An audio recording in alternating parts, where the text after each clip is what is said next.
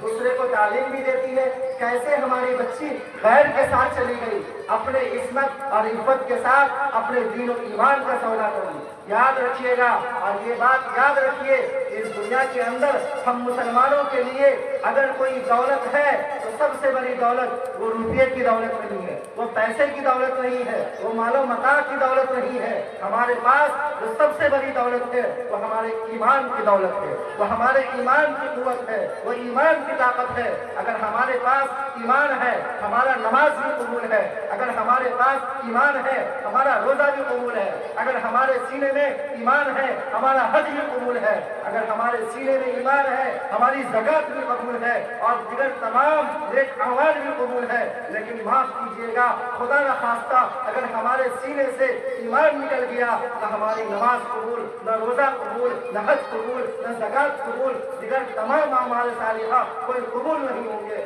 جب وہ بچی گھر سے بھاگ جاتی ہے والدین پریشان ہوتے ہیں. علماء کرام کی ایک جماعت علاقے کی ان کے پاس حاضر ہوتی ہے اور وہ باپ سے, ان کے والد سے سبب معلوم کرتی ہے, آخر آپ کی بچی کیسے گھر سے چلی گئی. وہ بیچارہ سیدھا سادھا دینی آدمی, داڑھی رکھے ہوا, ٹوپی پہنے ہوا, شکل سے پکا سچا مسلمان لگ رہا ہے, چہرے پہ پیشانی پہ سجدے کے نشان بھی ہے. وہ زارو قطار روتا ہے اور رونے کے بعد کہتا ہے ہم کو بھی ابھی تک پتہ نہیں چلا ہماری بچی کیسے بھاگ گئی. وہ مولانا صاحب, وہ امام صاحب اس بچی کے والد سے کہتے ہیں آپ کے گھر میں کوئی موبائل ہے؟ وہ والد صاحب کہتے ہیں ہاں ایک موبائل تو ہے جس سے ہم لوگ واٹس ایپ وغیرہ سے ویڈیو کال وغیرہ بات کرتے ہیں. وہ مولانا صاحب وہ موبائل لگاتے ہیں اور اس میں دیکھتے ہیں کہ آخر اس میں کوئی ایسی چیز تو مل نہ جائے. آخر میں جا کر وہاں اسنیپ چیٹ وغیرہ ایک ایپ آتا ہے جسے آج ہماری مائیں اور بہنیں اس طرح کا ایپ ہے, موز ہے, اسنیپ چیٹ ہے, اور اسی طریقے سے کیا بولتے انسٹاگرام ہے, فیس بک ہے. اس طرح کی چیز پر آج ہم یہ سمجھتے ہیں ہماری بچی گھر کے اندر بند کمرے میں پڑی ہوئی ہے, آرام کر رہی ہے. نہیں, آپ کی بچی بند کمرے میں رہتے ہوئے 5000 مردوں کے ساتھ گپ شپ کر رہی ہے, 5 لاکھ مردوں کے ساتھ گپ شپ کر رہی ہے. انسٹاگرام کے ذریعے, موج کے ذریعے اور اسنیپ چیٹ کے ذریعے اس طرح کے نہ جانے کتنے شیطان و رجیم والے آلات آ گئے ہیں جو ہماری بچیوں کو گھر میں رہتے ہوئے بازاروں کی محفل بنائے ہوا ہے, بازاروں کی رونق بنائے ہوا ہے. وہاں سے جب وہ ویڈیو ڈالتی ہے گھر میں بریانی پکی, ہماری بچی اپنے سائٹ پہ ڈال دی ریل بنا کے. گھر کے اندر کوئی بھائی آیا, کوئی بہن گئی اور کوئی پکوان پکا, ریل بنا کے فیس بک پہ ڈال دیا. اور وہاں ہمارے گھر کے لوگ سمجھتے ہیں ہماری بچیاں بڑا موبائل چلانا سیکھ گئی ہے, ماڈرن ہو گئی ہے. ہماری بچیاں اب جینس پہننے لگی ہے, پائجامہ کی جگہ جینس پہننے لگی ہے, کرتا کی جگہ ٹی شرٹ پہننے لگی ہے, دوپٹہ کی جگہ ننگے سر گھومنے لگی ہے. اب ہم ماڈرنائز ہو گئے ہیں. میرے محترم بزرگ دوستو, اللہ کے نبی صلی اللہ علیہ وسلم کی اگر وہ حدیث آپ کو یاد ہوتی تو آپ اپنے آپ کو ماڈرن کہتے ہوئے, ہماری مائیں اور بہنیں اپنے آپ کو تہذیب یافتہ کہتے ہوئے شرم ان کا جھک جاتا, شرم سے سر جھک جاتا. اللہ کے نبی صلی اللہ علیہ وسلم نے فرمایا نساء کاسیات عاریات ممیلات مائلات لا تدخلن الجنہ, کہ قرب قیامت میں اور میرے بعد ایسے 2 گروہ ہوں گے جہنمی. اللہ کے نبی صلی اللہ علیہ وسلم نے فرمایا کہ صنفان من اہل النار, کہ جہنمی 2 ایسے گروہ ہوں گے جن کو میں نے ابھی تک دیکھا نہیں, لیکن وہ دونوں جماعت جہنمی ہیں. صحابہ نے کہا وہ کیا ہے یا رسول اللہ صلی اللہ علیہ وسلم؟ اللہ کے نبی صلی اللہ علیہ وسلم نے فرمایا ایک گروہ وہ ہے جو گائے کے دم کی طرح کوڑے ان کے پاس ہوں گے اور ان سے وہ لوگوں کو مارا کریں گے. اور دوسری جماعت وہ ہے ان عورتوں کی ہے, ان ہماری مائیں اور بہنیں کی ہے جو کپڑے تو پہنے ہوں گے, آپ کو لگتا ہوگا کہ وہ کپڑا پہنے ہوئی ہے لیکن اس کے باوجود وہ ننگے ہوئے. کپڑا پہننے کے باوجود ہماری مائیں اور بہنیں ننگے ہوئے. کیسے ننگے ہوں گے؟ یا تو ان کا کپڑا اتنا چھوٹا ہوگا کہ سطر نہیں ڈھکتا ہوگا. آج کل آپ دیکھ رہے ہوں گے ہماری مسلمان بچیاں جو انگریزی ایسی تعلیم پڑھتی ہے ان کا پاؤں جو ہے زمین پہ نہیں رہتا, ان کا پاؤں زمین پہ نہیں رہتا، وہ کسی چیز کو، اپنے سوسائٹی کو، اپنے کلچر کو، اپنی تہذیب کو، اپنے معاشرے کو، اپنے باپ دادا کے جو ہے وہ چلن پھرن کو، اٹھ بیٹھ کو وہ بالکل جو ہے ختم کر دیتی ہے، اور وہ اس حدیث کے زمرے میں آ جاتی ہے۔ اللہ کے نبی نے جو وعید فرمائی ہے، کاسیات عاریات، کہ وہ عورتیں کپڑے پہنی ہوگی لیکن ننگی ہوگی۔ ننگی کیسے ہوگی؟ اس طرح ننگی ہوگی کہ اس کا بدن کا کچھ حصہ کھلا ہوگا، یا تو اس کے بدن کا کچھ حصہ کھلا ہوگا جیسے آج کل ہوتا ہے، یا پھر ان کا کپڑا اتنا چست ہوگا کہ جس سے پورے نشیب و فراز نظر آئے گا، اس کے بدن کا ہر حصہ نظر آتا رہے گا، یا پھر اس کا کپڑا اتنا باریک ہوگا کہ پورے بدن کے خط و خال اوپر سے نظر آتے رہے گا۔ آپ بتائیے اور دل پر ہاتھ رکھ کے کہیے، آج ہماری مائیں اور بہنیں، خاص طور پر ہماری جو زبان دوشیزائیں ہیں، بچیاں ہیں، کیا ایسے کپڑے نہیں پہنتی؟ اور ہم حاجی صاحب، مولانا صاحب اور نمازی صاحب، کیا ہم اپنے بچیوں کو جینس پہنا کر، اسکارٹ پہنا کر اور اس طرح کی چیزوں کو چھوٹی چھوٹی بچیوں کو نہیں پہناتے؟ گھر سے باہر فنکشن میں اور شادیوں میں نہیں بیچتے؟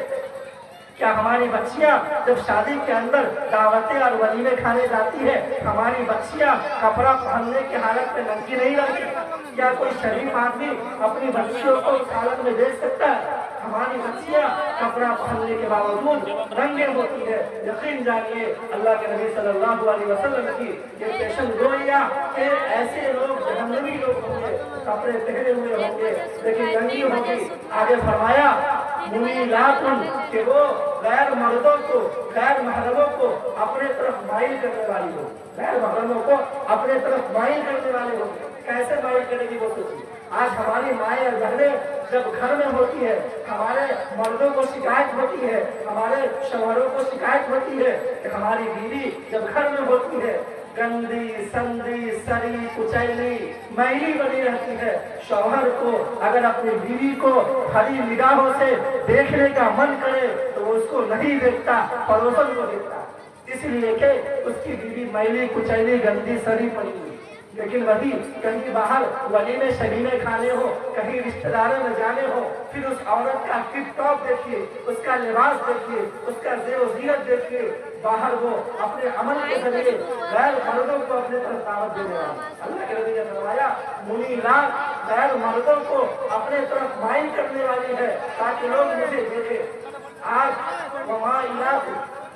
یہ کیسے ہوتا ہے جب ہماری مائیں اور بہنیں اب ننگا کپڑا پہن کر جاتی ہے اور ساتھ میں خوشبو بھی لگا لیتی ہے، ساتھ میں پرفیوم بھی لگا لیتی ہے۔ آپ نے کبھی اپنی بیوی کو گھر کے اندر خوشبو استعمال کرتے دیکھا؟ گھر کے اندر اپنے لیے پرفیوم استعمال کرتے دیکھا؟ لیکن کیا وجہ ہے کہ جب وہ باہر نکلتی ہے اس کے بدن سے خوشبوئیں آتی ہے، خوشبوئیں اٹھتی رہتی ہے، کبھی مشک کی، کبھی زعفران کی اور عجیب عجیب طرح کی۔ یہ اسی حدیث کے زمرے میں ہے۔ یہ سب منیلات ہے، مردوں کو اپنے طرف مائل کرنے والی ہے۔ اللہ کے نبی صلی اللہ علیہ وسلم نے فرمایا کہ العین زانیہ، کہ جو آنکھ بد نظری کرے وہ آنکھ زنا کار۔ آج کل ہم لوگ سوچتے ہیں زنا صرف وہی ہوتا ہے جو مرد اور عورت کرتے ہیں، خلوت کے اندر، تنہائی کے اندر نہیں۔ اللہ کے نبی نے فرمایا بد نظری کرنا، غیر محرم مرد یا غیر محرم عورت کو دیکھنا، یہ بھی زنا ہے، العین زانیہ۔ اور فرمایا کہ وہ عورت جو خوشبو لگا کر نکلے غیر مردوں کو لبھانے کے لیے، رجھانے کے لیے، دوڑے ڈالنے کے لیے، وہ بھی زانیہ ہے۔ اللہ کے نبی صلی اللہ علیہ وسلم نے فرمایا وہ عورت بھی زانیہ ہے۔ میرے محترم مسلمان دوستو، آج ہمیں اپنے بچیوں کو، اپنی ماؤں کو، اپنی بہنوں کو گھر کے اندر تربیت دینے کی ضرورت ہے، گھر کے اندر سمجھانے بجھانے کی ضرورت ہے، پڑھانے لکھانے کے ساتھ یہ تمام چیزیں بتانے کی ضرورت ہے۔ اللہ کے نبی نے فرمایا مائلات، کہ تو دوسرے کو اپنے طرف متوجہ کرتی ہی ہے، ساتھ میں وہ خود دوسرے غیر مردوں کی طرف مائل ہوتی ہے، خود غیر مردوں کی طرف مائل ہوتی ہے۔ لہذا اللہ کے نبی کے اس وعید سے اگر ہم سب کو بچنا ہے تو خدا کے واسطے اپنی بچیوں کی اصلاح کرے، اپنی بچیوں کو سمجھائے، اپنی ماؤں کو سمجھائے۔ یہ تو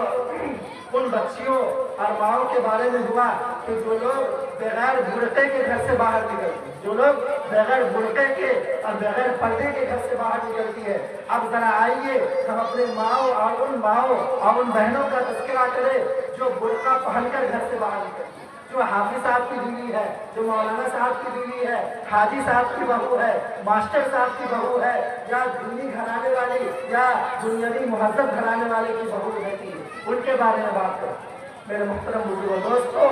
عورت کے بارے میں اللہ کے نبی صلی اللہ علیہ وسلم نے کیا فرمایا؟ عورت کے معنی پردے کیا ہے؟ العورت عورہ، المرأۃ عورہ، یعنی عورت سراپا پردہ ہے، عورت سراپا پردہ ہے، لہذا گھر سے باہر نکلنا اس کے لیے مناسب نہیں ہے۔ لیکن انسان ہے، ضرورت ہے، ضرورت کے تحت جب ہماری مائیں اور بہنیں گھر سے باہر نکلے گی تو کیسے نکلے گی؟ کیسے نکلے گی؟ اس کے لیے شریعت میں کہا گیا ہے قُل لِّلْمُؤْمِنَاتِ يَغْضُضْنَ مِنْ أَبْصَارِهِنَّ وَيَحْفَظْنَ فُرُوجَهُنَّ، اے میری مائیں اور بہنیں، جب تم گھر سے باہر نکلا کرو تو اپنی نگاہیں نیچے رکھو، جس طرح مردوں کو حکم دیا گیا ہے قُل لِّلْمُؤْمِنِينَ يَغْضُضُّوا مِنْ أَبْصَارِهِمْ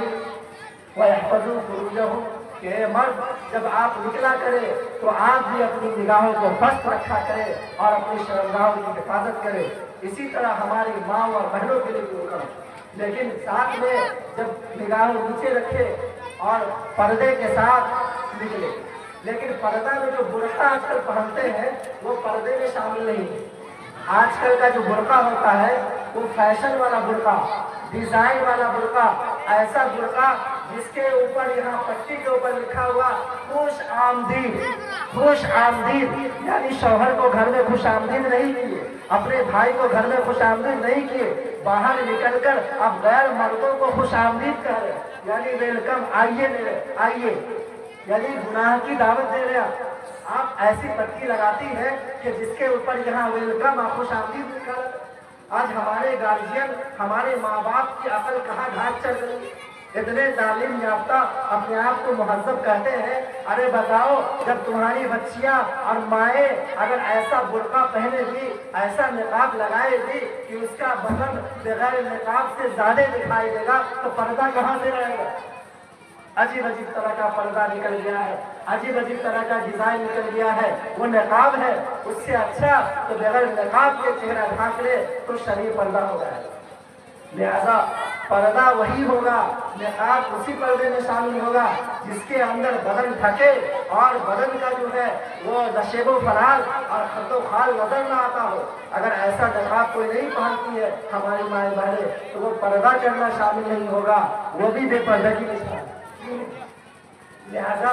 جو نقاب لگاتے ہیں وہ نقاب ہماری ماں اور بہن کا جو پہلے زمانے کا، آج میں میری والدہ بہن وغیرہ جو نقاب پہنتی ہے وہ ڈھیلا ڈھالا نقاب ہوتا ہے، پورا شکل اس میں ڈھکا ہوتا ہے، بدن کا کوئی خد و خال اونچا نیچا نظر نہیں آتا، وہی اصل پردہ ہوتا ہے اور وہی اصل نقاب ہے۔ اب ہماری ماں اور بہنوں کو بھی ایسا نقاب پہننا چاہیے۔ یہاں مردوں کے لیے ضروری ہے، اگر آپ اپنے بچوں کی تربیت یہاں نہیں کریں گے، آپ سوچ رہے ہوں گے کہ ہم اپنے بچوں کو اچھا کھلا دیں گے، آج ہر آدمی یہی سوچتا ہے، ہر آدمی آج یہی سوچتا ہے، شادی کر لیا، شادی کرنے کے بعد بچے پیدا ہو گئے، بچے پیدا ہونے کے بعد سوچتا ہے مجھے صرف 2 کام کرنا ہے، 3 کام کرنا ہے، 3 کام، ایک تو اچھا کھلانا پلانا ہے اور دوسرا اچھا سے اچھا لباس پہنانا ہے، ڈریس پہنانا ہے، فلاں نے کیا پہنایا، فلاں نے کیا پہنایا، دیکھ دیکھ کر ہمیں اچھا لباس پہنانا ہے، تیسرا ایسی تعلیم دے دینی ہے جس سے وہ کسب معاش کر سکے، رزق حاصل کرے۔ آج کل بچوں کے لیے اور بچیوں کے لیے ایک بڑا اچھا پیشہ اپنے یہاں آیا ہوا ہے، ٹیچر بنا دینا، بس میرا پار ہے۔ بچہ کے بعد اچھا کھلا دینا ہے، اچھا پہنا دینا ہے اور ٹیچر بنا دینا ہے، میرا پار ہو، یا کوئی بھی تعلیم حاصل کرا دینی ہے جس سے وہ روزی حاصل کر سکے، کسب معاش حاصل کر سکے۔ آج ہر ماں باپ یہی ذہن میں تصور لیے گا، اس دین کے علاوہ چوتھی بات کی اس کی کوئی فکر نہیں، دین کے علاوہ چوتھی بات کی اس کی کوئی فکر نہیں۔ آپ کے بچوں کو اچھا کھلانے سے کوئی منع نہیں کرتا، آپ کے بچوں کو اچھا پہنانے سے کوئی منع نہیں کرتا، آپ کے بچوں کو نوکری دلانے سے بھی کوئی منع نہیں کرتا، اچھی تعلیم دینے سے بھی کوئی منع نہیں کرتا، لیکن جہاں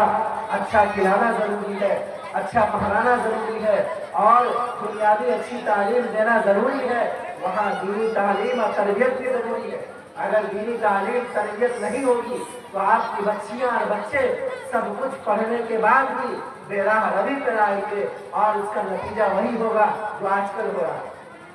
ہر دن مسلم سوسائٹی سماج کے اخبارات کا جب مطالعہ کریں گے پتہ چلے گا بعض بچے نے اپنے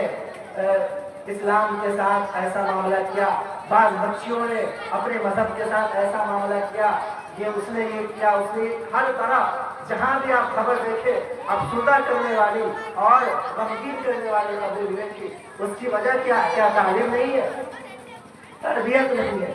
اگر آپ اپنے بچوں کو دینی تعلیم نہیں دیتے، باقی ساری تعلیم دے دیتے، اچھا کھلا دیتے، اچھا پڑھنا دیتے اور اچھی تعلیم بنیادی حاصل کرا دیتے، اور یہ بچہ دینی تعلیم حاصل نہ کرنے کی وجہ سے کل بروز قیامت اگر مجرمین میں سے ہوگا، اگر یہ جہنمی ہوگا تو یہ مت سمجھیے کہ وہ بچہ گنہگار ہوگا، بلکہ بارگاہ عزتی میں یہ بچہ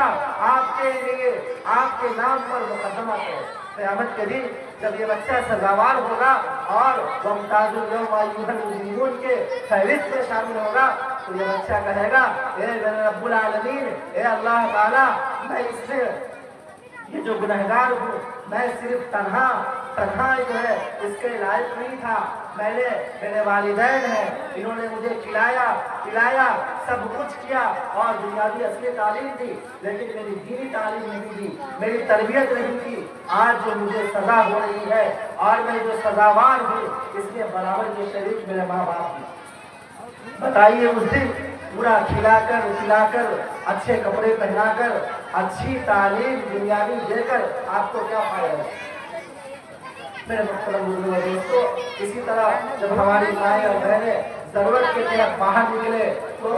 راستے کے کنارے سے نکلے۔ آج کل ہمارے ماں و بہنوں کا کوئی جلسہ ہو جائے، کوئی اجتماع ہو جائے، کوئی میلہ ٹھیلا ہو جائے، مردوں کے ساتھ ملنے جلنے کا رواج عام ہو گیا، مردوں کے ساتھ ملنے جلنے کا اختلاط کا رواج عام ہو گیا۔ حالانکہ قرآن کریم نے کہا